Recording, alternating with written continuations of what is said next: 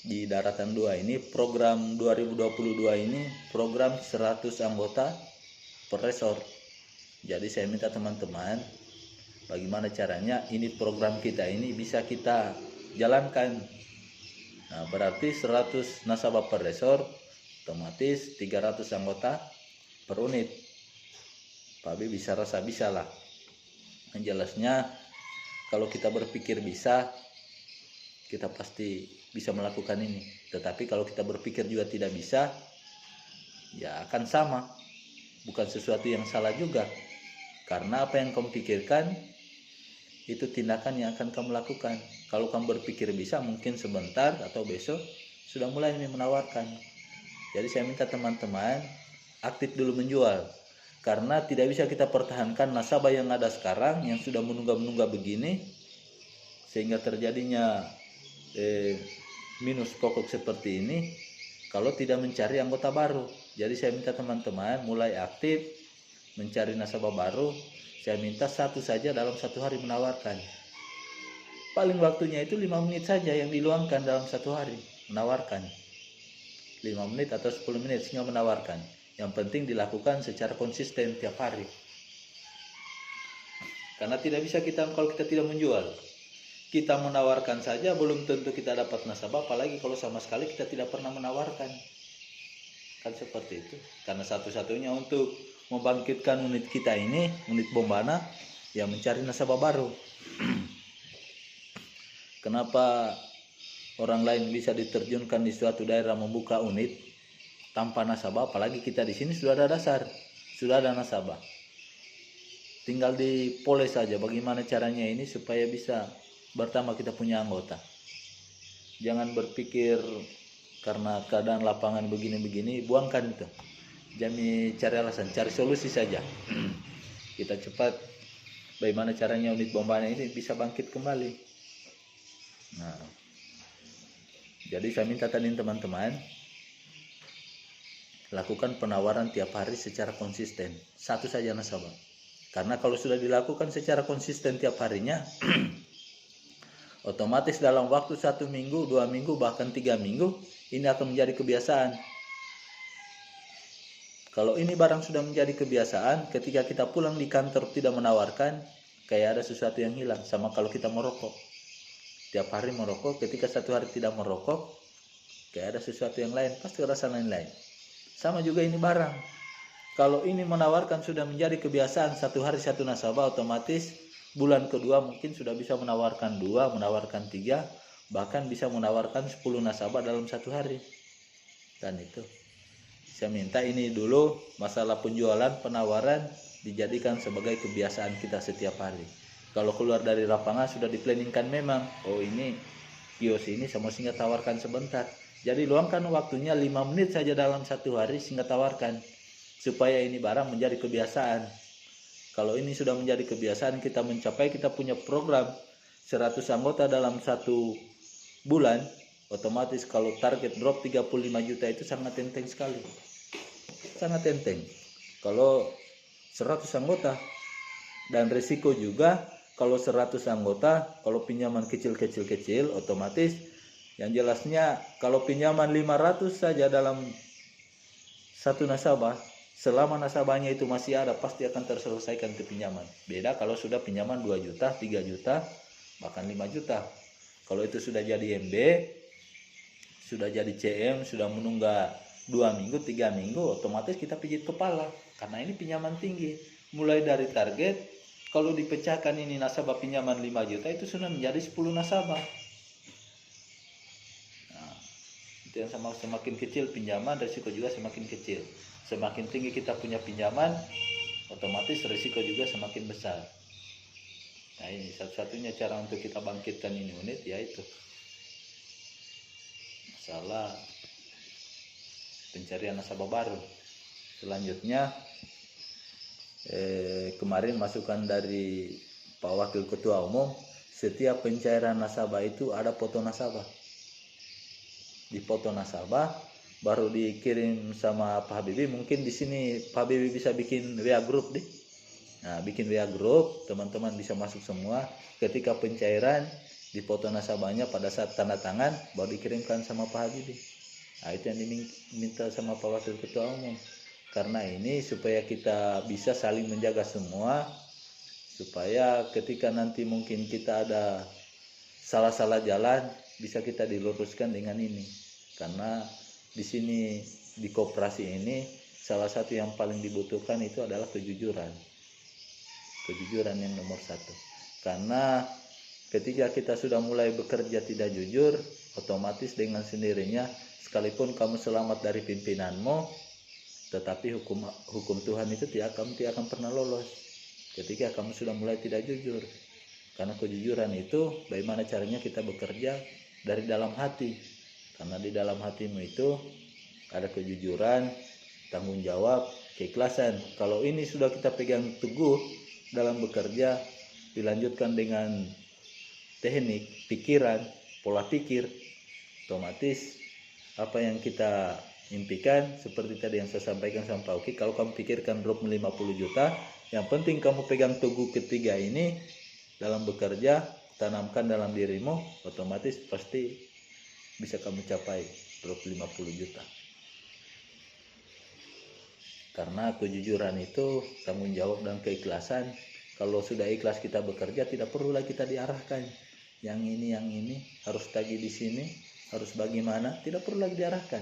Karena kita sudah bekerja, sudah ikhlas memang.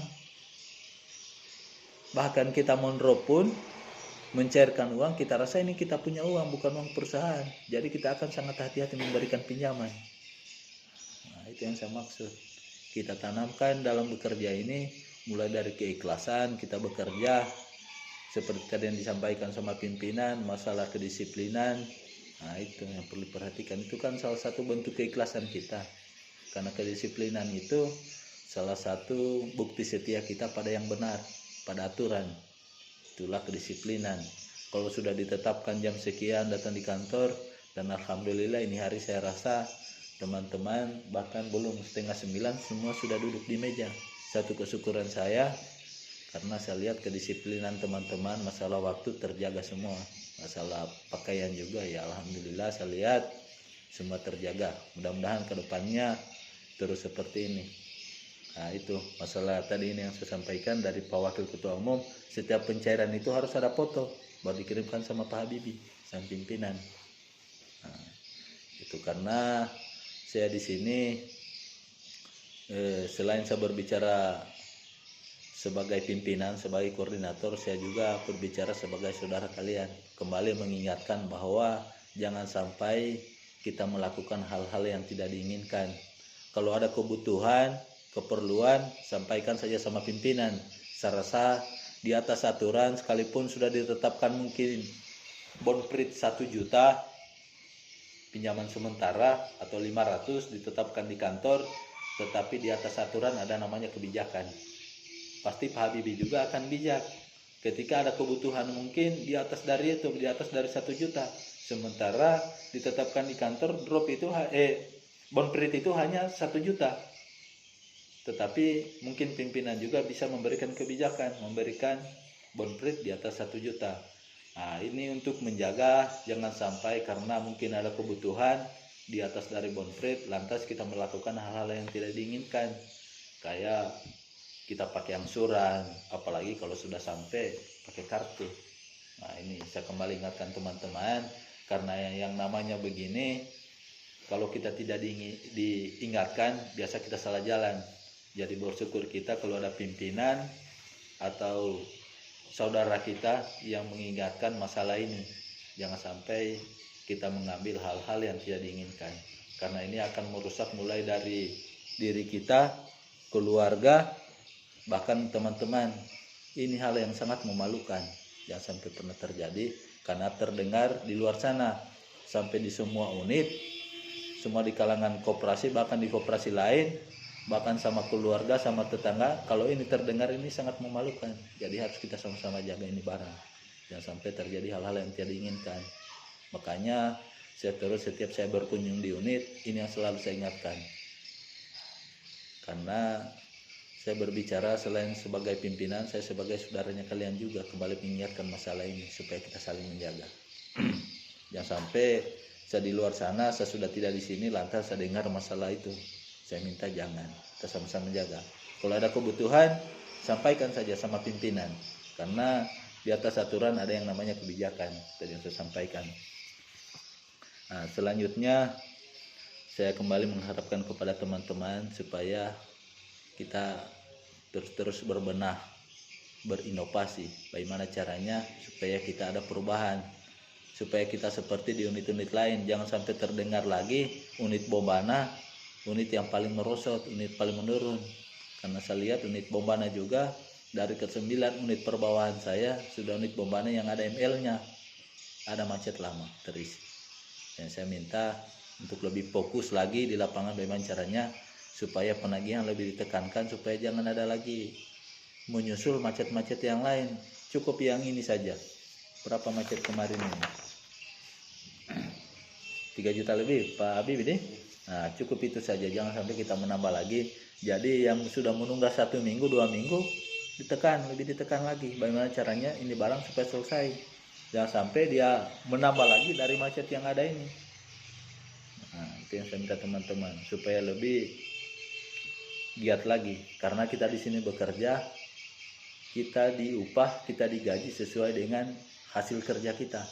Kalau kita mendrop sekian ada perhitungannya, terus macet kita kosong ada perhitungannya, terus bunga kita sekian ada perhitungannya, kita yang tentukan sendiri. Kita mau gaji berapa bulan ini, kita yang tentukan sendiri.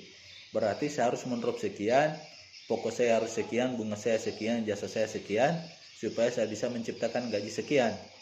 Nah, Pak Yoki mungkin masih baru, jadi cara pengupahnya di sini, cara pengajiannya, nah sudah seperti itu perhitungannya. Kita sendiri yang tentukan. Beda kalau di koperasi lain, sekalipun kita kerjanya mungkin santai-santai, terus teman kita bekerja lebih giat, gajinya akan sama semua. Di sini beda yang bekerja serius, beda yang bekerja main-main. Karena gaji akan ditentukan pada saat akhir bulan, pada saat tutup buku, sudah di situ dilihat mana yang gaji serius, mana yang gaji main-main. Nah, terus saya minta teman-teman juga supaya pintar-pintar melihat peluang. Kalau mungkin melihat suatu wilayah, kayaknya ini wilayah bisa saya olah, bisa cari 1 nasabah atau 2 nasabah, masuki.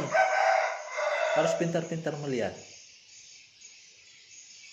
Kalau ada wilayah mungkin yang berpotensi belum tersentuh koperasi, coba nih tawarkan. Karena kalau kita berani berbuat, pasti ada konsekuensi dari apa yang kita lakukan. Kalau kita menawarkan, otomatis akan ada nasabah baru yang kita dapatkan. 1 nasabah kita titipkan dalam satu daerah itu akan menjadi kita punya link. Mungkin lama kelamaan ini nih, barang akan berkembang di wilayah itu. Jadi harus pintar-pintar melihat di mana saya harus masuki. Nah, terus bagaimana caranya kita juga pintar mengolah waktu. Mungkin teman-teman saya minta supaya semua ada planning kerja. Kalau keluar dari kantor sudah dilihat memang mana saya harus kunjungi, mana yang saya harus tawarkan, supaya kita memanfaatkan waktu secara efisien, tidak banyak waktu yang kita buang sia-sia. Jangan keliling-keliling saja tapi tidak efektif. Nah, supaya teman-teman saya minta supaya bekerja cerdas semua. Nah, selanjutnya tadi masalah masukannya Pak Habibie. Nah, itu masalah drop planningnya Pak Habibie. Saya sangat senang sekali ketika dia menyampaikan bahwa tanggal 21 dia akan tutup drop. Jadi mulai dihitung-hitung, berarti di tanggal 10, 11 drop kita sudah harus di tengah perjalanan. Maksudnya saya, kalau sudah ditetapkan tanggal 21 berarti di tanggal 10 atau 11 berarti 35 juta dibagi 2 berarti kita sudah harus dalam posisi 17.500.000 di tanggal 11. Nah, sesuai dengan planning kerja Pak Habibie.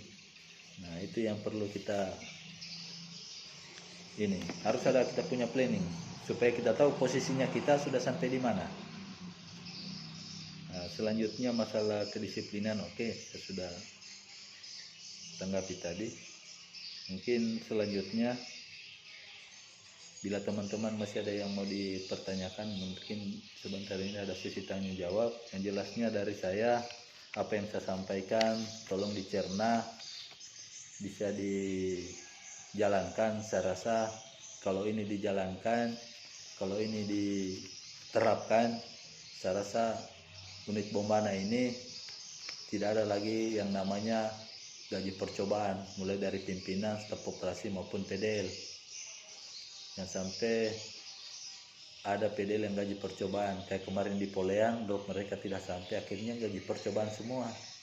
Jadi saya minta jangan sampai unit Bombana juga seperti itu. Pak Bibi mungkin sudah bisa mungkin mulai disiasati bagaimana caranya supaya tidak gaji percobaan lagi ke depannya. Ya. Mungkin itu saja yang dapat saya sampaikan. Lebih dan kurangnya mohon dimaafkan. Wabillahi taufiq wal hidayah. Wassalamualaikum warahmatullahi wabarakatuh. Siapa ada yang mau ditanyakan? Mungkin yang